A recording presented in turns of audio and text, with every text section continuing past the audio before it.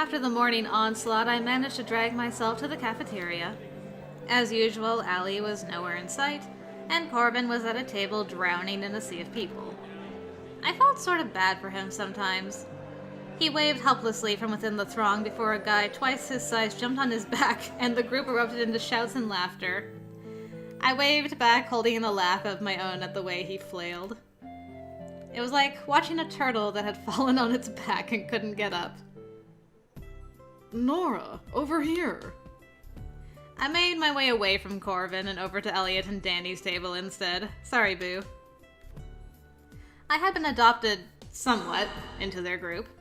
Thankfully, most of the initial buzz about being that girl who vanished that one time had died down for the most part, so they no longer had to shield me from questions. Hey there. Hi, everyone. Elliot moved over and let me sit between him and Danny, my usual spot. What a great spot to have. I flopped down silently, only half paying attention. James and Raina were talking about Halloween next week and how they were having some kind of party. Danny was trying to get out of going. I feel ya. Sometimes I didn't know how you could chat so casually with people. Every time I tried to talk to someone who wasn't in the club these days, I just found myself wondering what would happen if they knew. Or if I slipped up and said something I shouldn't.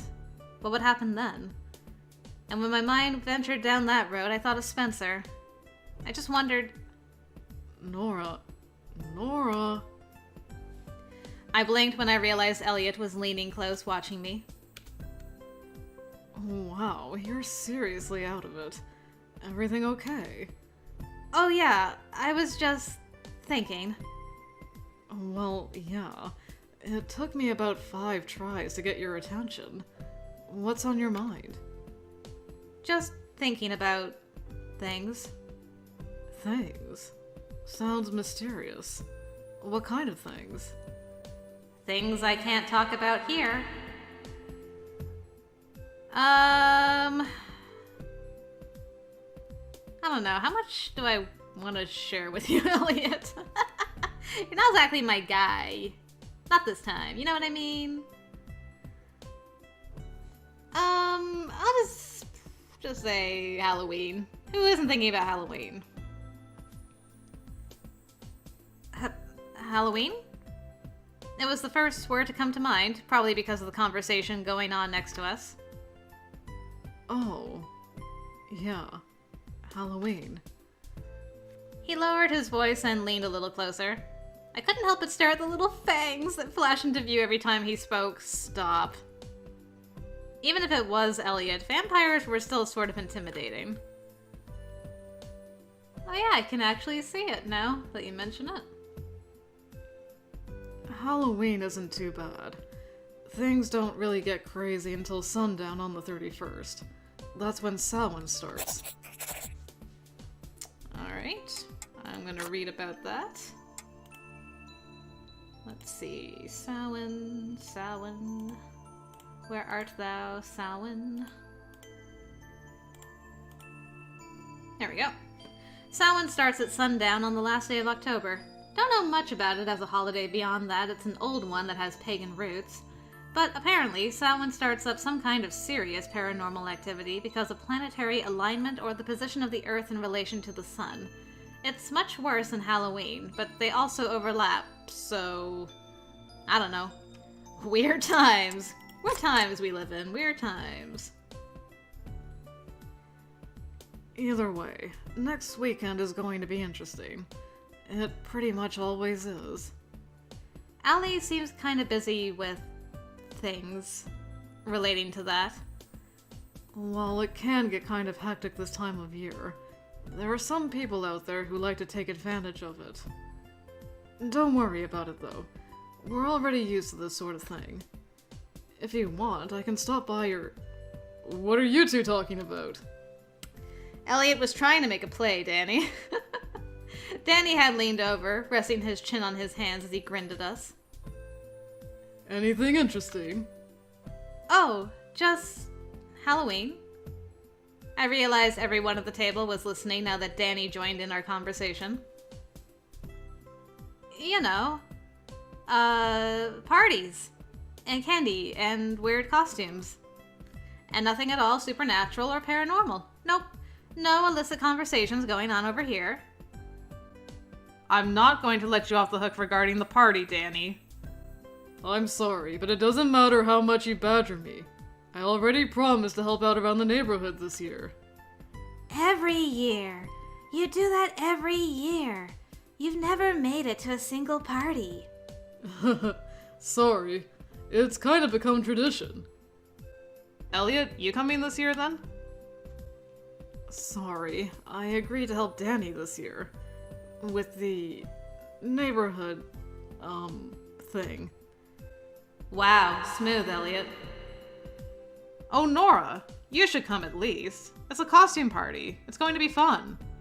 Yeah, it can be your first party. We'll do a little welcoming ceremony and everything. She elbowed me and gave me a devious grin.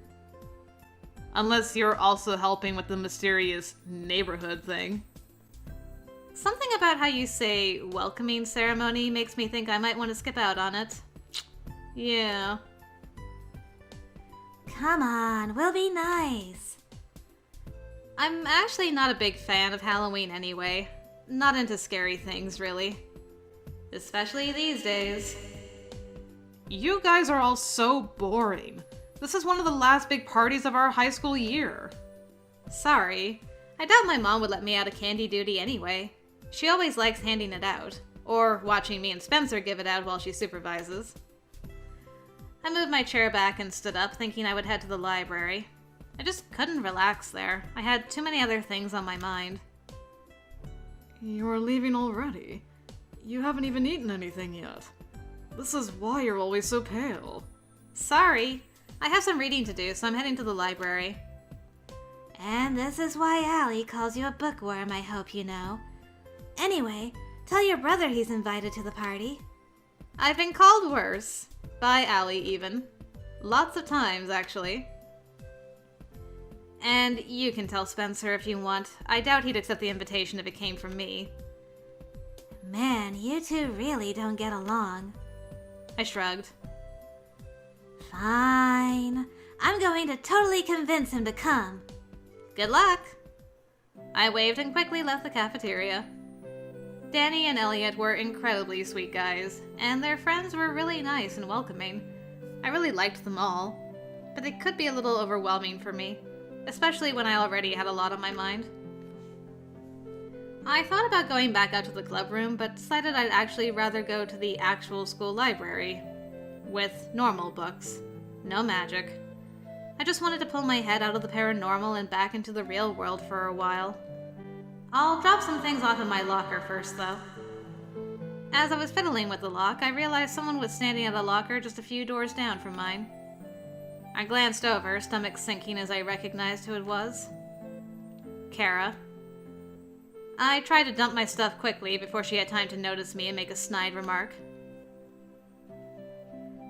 You seem to be fitting in well so far. No well-timed disappearances yet. Though I can't help but notice you gravitated toward the Weirdo Club. I flinched. Too late. Damn it. Excuse you. They're not weirdos. They're not weirdos, and even if they are, you're the only one that seems to care. Not to mention that Corvin is in the Weirdo Club, and you don't seem to have a problem with him. Kara crossed her arms over her chest and glared at me. Corvin's a lot different from the other people in that club. Corvin is probably the weirdest one in there, actually. Well, I wouldn't go that far. If you say so. Don't act like you know him or something just because you're in the same club. You don't know anything about him. I resisted the urge to roll my eyes at that. I was definitely not arguing with Kara over Corvin of all people. Not worth it. You're right. I don't know him very well. I definitely know many other club members much better than I know Corvin. You win. Congratulations. I guess if you decide to go AWOL this time, you'll have a nice cozy group of friends willing to drop everything and go search for you, right? Can you, maybe sometime this century, just let that go? It was 5 years ago, Kara. Time to move on. I slammed my locker door. You should have just stayed away. I don't know why any of them like you anyway. It wasn't my idea to come back. And by the way, if you hate me so much, maybe you can stop talking about me to other people. Do you know how many times in the last week I've had to reassure people that I didn't witness some kind of murder out in the woods or something? Kara shut her locker door quietly and smiled at me. I don't really know what you're talking about. Oh my god, yes you do. And it's stupid. It's not even worth starting rumors over. What? Can't handle it now that you're the one dealing with the fallout of your actions? Because some of us have been dealing with the fallout for 5 years. Must be really awful for you to have to deal with something as terrible as a few questions. She turned on her heel and left me standing there completely bewildered. Okay. What did you have to deal with? You didn't even come and look for me from the sounds of things. I had no idea what she meant. Dealing with the fallout? Having to leave my friends and spend 5 years in a city I hated wasn't fallout? Essentially losing my relationship with my brother wasn't fallout? Losing her friendship wasn't fallout? Yeah, right. What fallout could she possibly have been dealing with all this time? Whatever. She didn't know anything. Okay, I ruined one concert recital thing for her. It wasn't like her mom couldn't have just arranged a new one. There's more than meets the eye here, and I don't know anything about it. I let out a strangled groan. This is so stupid.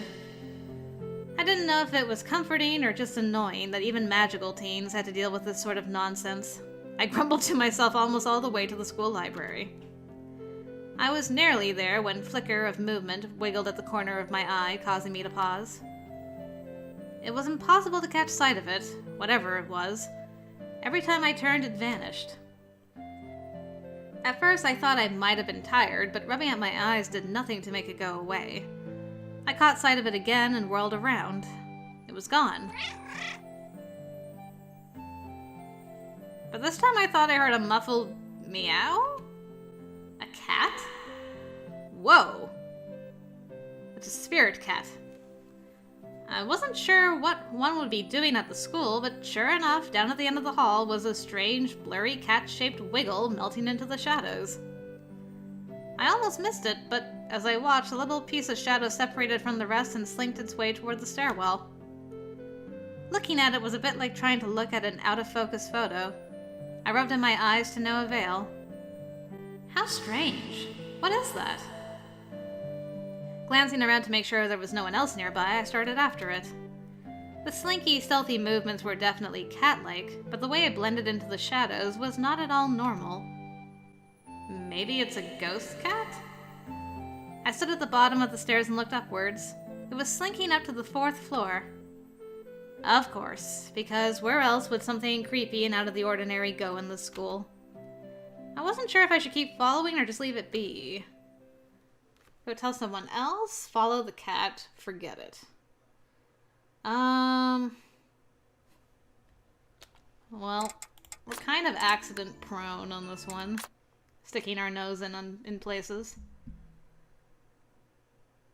Well, I had good results when we did that last time. I'm not doing this. It's either one of these. Like, I feel if she was gonna go tell someone else, she'd probably tell either Allie or William.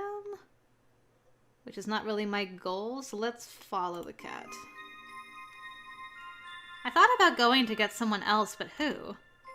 I couldn't exactly waltz in and tell Danny or Elliot that I saw a ghost cat, not in front of their friends. Besides, it's not like a ghost cat was some paranormal emergency. It wasn't even the only thing lurking around the school. Maybe I'd just follow it. It wouldn't hurt to just see where it went. It's like Alice and the Rabbit. Besides, I could always let the others know later on. I started to creep up the stairs quietly, unsure exactly where it had gone. Whatever it was definitely cat-shaped, but I didn't think I was lucky enough for it just to be a stray that wandered in. Real cats didn't really do that shadow thing. I heard another muffled meow. It sounds sick. Is it injured? Did ghosts even get injured? I quickly went up the rest of the stairs, keeping an eye out.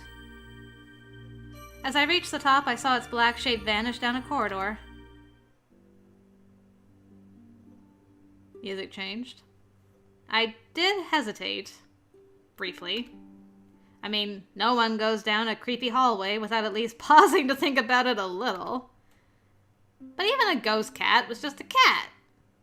Right? Just a ghost cat. It looked small and harmless enough that it couldn't hurt to at least see where it went. I went quietly after the shape, barely catching sight of it as it ducked into a classroom down at the end of the hall. Okay, just a quick look. The room was so dark I didn't immediately spot the cat. Even if it was still lurking around, there was plenty of shadows to blend into. I was about to just shut the door and leave when I heard something shuffling around at the back of the class. Even straining to search out all the shadowy corners, I couldn't find it. Here, kitty kitty. My whisper was loud in the heavy silence. I drew back slightly. It feels weird in there. Oppressive. It was definitely time to go find someone else. Something wasn't right. There was the sound of movement again, and suddenly something huge was rushing at me. I let out a strangled scream and dove to the side. Whoa! What are you? Yeah, okay, that was not a cat. I scrambled away, inwardly berating myself for diving into the classroom, because now that thing was between me and my only way out. Ah, well, that was an unfortunate place to dive. It was sitting in the doorway, a dark shape that blotted out what light managed to filter down from the main hall. It still had the shape of a cat, but it was much bigger. I got to my feet, trying to not make sudden movements. Stupid, stupid! Why did I follow it? I told Allie I wouldn't follow any weird things for now. Clearly, I needed a lesson in listening. I did forget about my promise after the Spriggan. Whoops. The creature was watching me without meowing. A shadowy tail flicked back and forth, leaving a trail of smoke with each swish. It didn't move, but something came flying straight at me. It was a burst of, I don't know, air or energy or something. Whatever it was, it nearly knocked me off my feet. I staggered back, gripping a nearby desk that nearly toppled under my weight. I really hope Corvin will come and save me. My cheek was stinging, and when I reached up, I felt something wet. This is bad. This is so very bad. What is it with me and magical cat things that try to kill me? I didn't know how to handle ghost animal things. Playing dead seemed both dumb and unlikely to be of help. Avoiding eye contact so as not to appear aggressive would have been great if it actually had eyes. As it was, I was just trying to edge away very, very slowly. Its legs bunched beneath it, and this time I made sure I was ready to dodge toward the door. Before either of us could move, there was a flash of light from the hallway. Please, please, please. Yes! It's him! The creature froze in place, pinned to the spot by an unseen force. I recognize that magic, though. From outside the door came soft chanting. Not just chanting, I realized. It sounded almost like a song. My legs wobbled as a familiar figure stepped around the edge of the frame. Corvin! Whoa! For CG! Such a magical boy. He had a grimoire in hand, but it wasn't the same one from before. Not the creepy black one. Oh yeah, it's like white. Light swirled around him as he sang. He looked beautiful. Though that might have just been because I was so relieved to see him. It's a bird. Wow. Such magic noises. I like that his shirt rides up as he's doing the magic spell, though. That's very nice. The light seemed to take on a bird-like shape that spiraled out of Corvin's grimoire and toward the cat creature. It was amazing. Of course, I'd known Corvin was a wizard. I'd even sort of seen him use magic, but this was totally different. For a split second, I completely forgot what was happening and just stared at him in awe. And again it hit me how strange and utterly surreal my life had become. Then the cat thing let out a screech that brought me back into reality. That was terrifying. I'm saved! I pulled myself away, putting more distance between me and whatever was going on over by the door. The creature was completely powerless against Corvin's magic. One of those strange bursts of air shot toward Corvin. His scarf and coat billowed out with the force of it, but he didn't flinch. As I watched, the creature began to shrink. The deep snarls turned into soft little mewls. And suddenly it all faded. The light died out, the singing stopped, and the slinky ghost cat was back. It had curled up and seemingly gone to sleep. Did something possess it in this classroom? I sat, staring, spots swimming before my eyes, as my mind tried to catch up with everything that had just happened. I squeezed my eyes shut, covering them with one hand. Now that the danger was gone, shame creeped in. I was so utterly useless.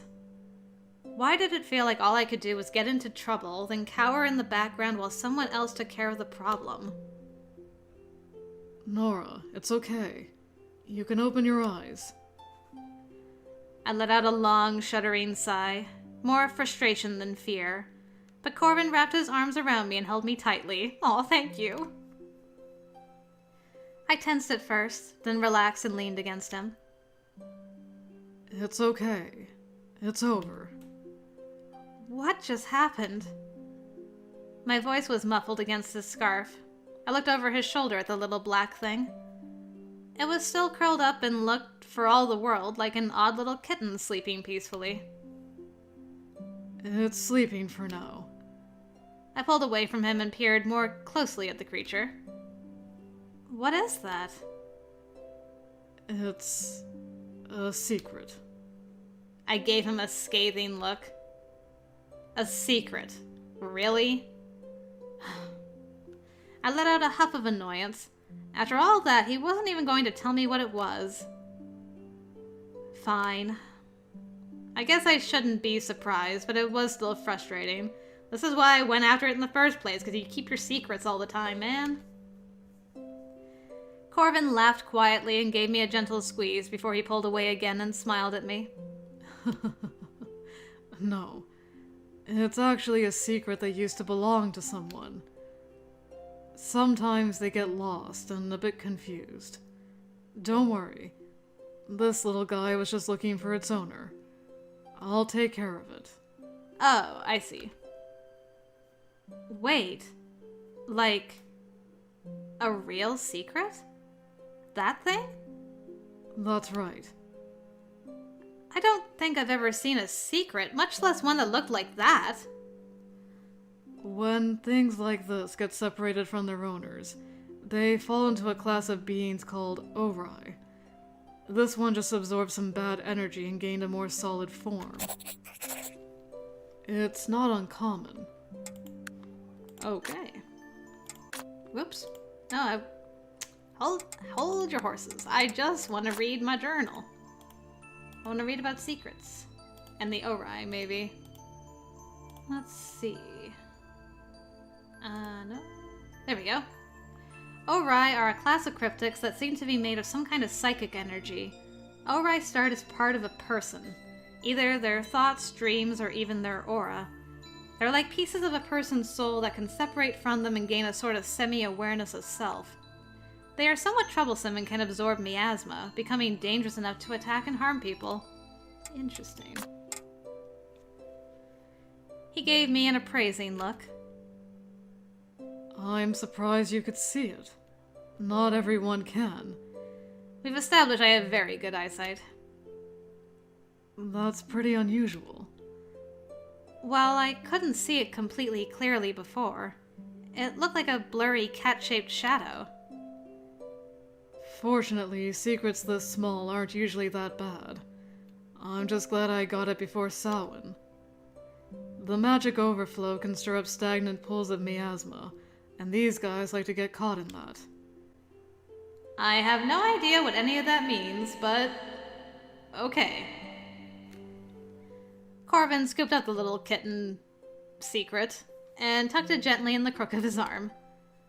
I was still shaky, but was starting to calm down a little. What's the big deal with Samhain anyway? Magic overflow? I got unsteadily to my feet, still feeling like my legs might give way. Yeah, the magic overflow is the main culprit for everything that happens. The Earth's energy shifts and that, well, gates that are normally closed open up. There's more energy in the air for ghosts to use, to manifest.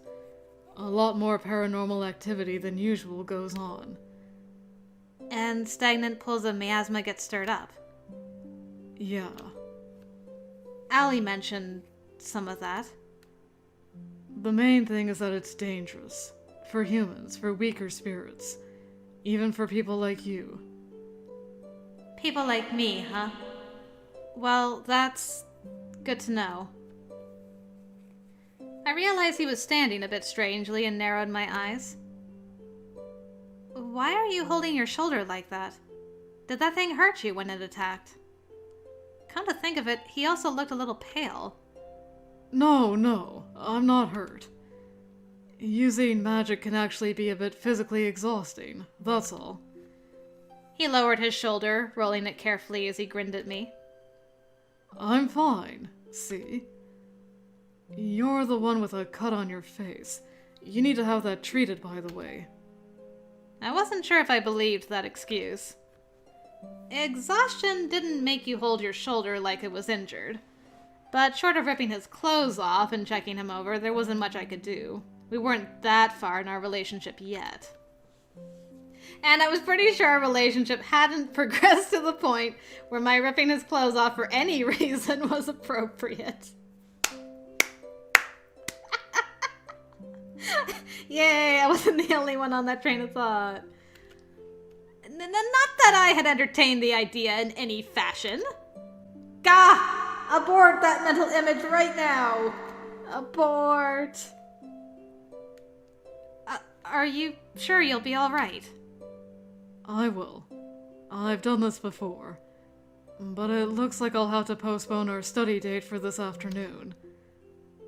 Hey, if you want, why don't you come to my family's cafe next week instead? Maybe Monday or Tuesday. Your family has a cafe? Count me in.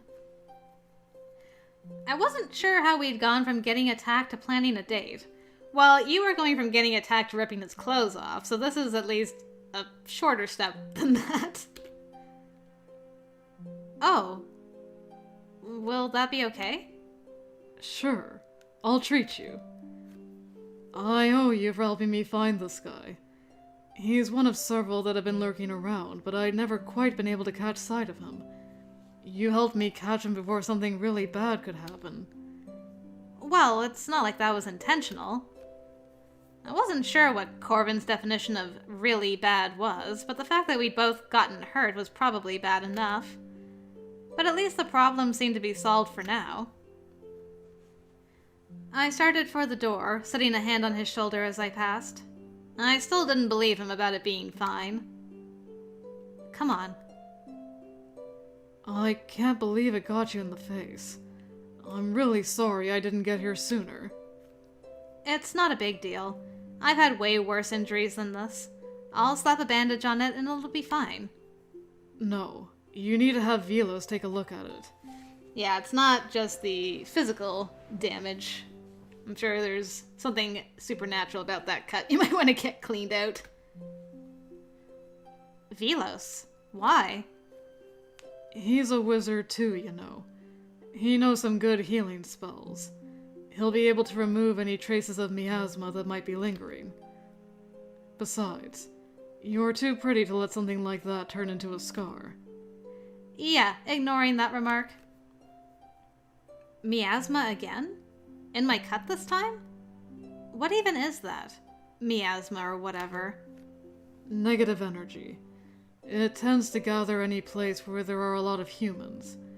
Wounds inflicted by creatures infected with it can be pretty nasty.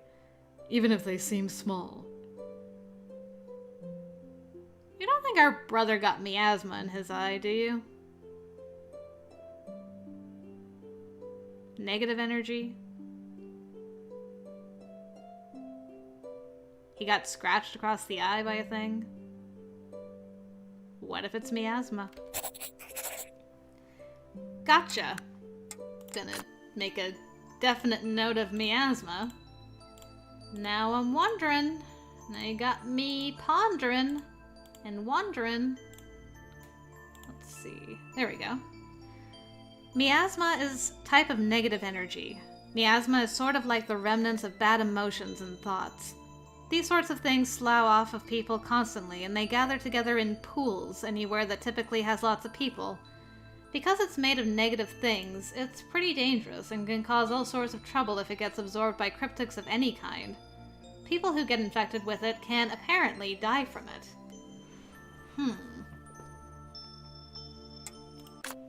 Okay, interesting. Go see Velos right away, okay? He'll take care of your late pass after he patches you up. What about you? Well, I need to take care of this guy. I'll check in with Velos later. Okay. And Nora. No more following strange creatures or voices. Fine. I was curious, okay? I couldn't help that. Though I wasn't going to argue that it had been dumb. Even cute, harmless-looking creatures could be dangerous. Duly noted. Not that I minded getting to be your knight in shining armor. Pfft, I don't see any armor. Use your imagination, come on. All the imagination in the world isn't going to get me to see you in shining armor. But I did see your midriff, so there's that. He let out a mock gasp of horror. Oh, such disdain for your rescuer. So ungrateful. Is it possible disdain should die while she hath such meat food to feed it as Signor Beltran? Is that Shakespeare? So romantic. That was not a romantic quote at all. Though I wasn't entirely displeased he'd recognize that. I'd love to stay and trade a few actual romantic quotes with you, but maybe another time. He gave me a cheeky grin and waved as he trotted off toward the stairs. I rolled my eyes at him and headed to the library like I promised. Although, for the record, I will be more than down for some romantic Shakespearean quotes, anytime. Velos was, as usual, standing behind his desk reading. I wasn't sure if he ever actually did work like organizing books or if he just stayed there reading. I was starting to doubt he ever actually left this place. What if there are two of him? Now that was definitely a terrifying thought. Velos, I'm sorry to interrupt you. Then don't. But I'm bleeding. Velos looked up from his work and sighed. What happened? Well, there was the secret and something about miasma, and I got hurt. The end. Velos raised an eyebrow and, notably, did not smile. He was a very, very serious man. I didn't think he actually meant to be rude. I was under the impression he just wasn't used to dealing with people. And he never seemed to find my jokes funny. I see. Corvin sent me to you. Come, let me have a look at it. He led me to one of the nearby tables and made me sit. Ooh. You have, like, silvery magic. I still wasn't quite used to the whole waving your hands around and magic stuff happens thing yet, but he basically waved a hand near my face and I felt a sharp tingling sensation in the cut. I guess it was the wizard equivalent of putting an antiseptic on me. There's no miasma infection. You should stay in the club room for about 20 more minutes to give the cut time to heal. You don't want anyone else to see it since it'll be gone shortly, and that would raise questions. Got it. I'm not entirely sure what happened, but you're very fortunate. Injuries caused by creatures hit with miasma can cause severe infections that lead to soul necrosis and eventually a painful death. Even small injuries can be life-threatening when dealing with the paranormal. Please be careful in the future. Whoa, that bad? Corvin hadn't made it sound that serious. What's soul necrosis? Yes, I'll be careful. Especially this time of Year. Yes, I have been told that. Multiple times. I'll be careful. Incidentally, have your studies yielded any useful information yet? Not yet, unfortunately. Corvin was going to help me this afternoon. I suspect then that he had to cancel so he could properly deal with the creature that attacked you. Yeah, he left with it. Then he'll likely spend the afternoon trying to return it. That is, after all, his duty. Duty? Velos gave me a long look before he stood and started walking away. Remember to wait before returning to class. More tidbits of information with no real explanation. I wondered if they just didn't trust me enough to tell me some of the stuff. I returned to the club room both frustrated and relieved. I wasn't going to have to explain to Mom, or Spencer, where the huge gash in my face came from, which was good. But this whole beware the Ides of March thing people had going on regarding Halloween, or Samhain, which seemed to be the more specific problem, was getting old. I flopped on the sofa ready for October to be over. Surely November would have to be better than this. I hoped anyway.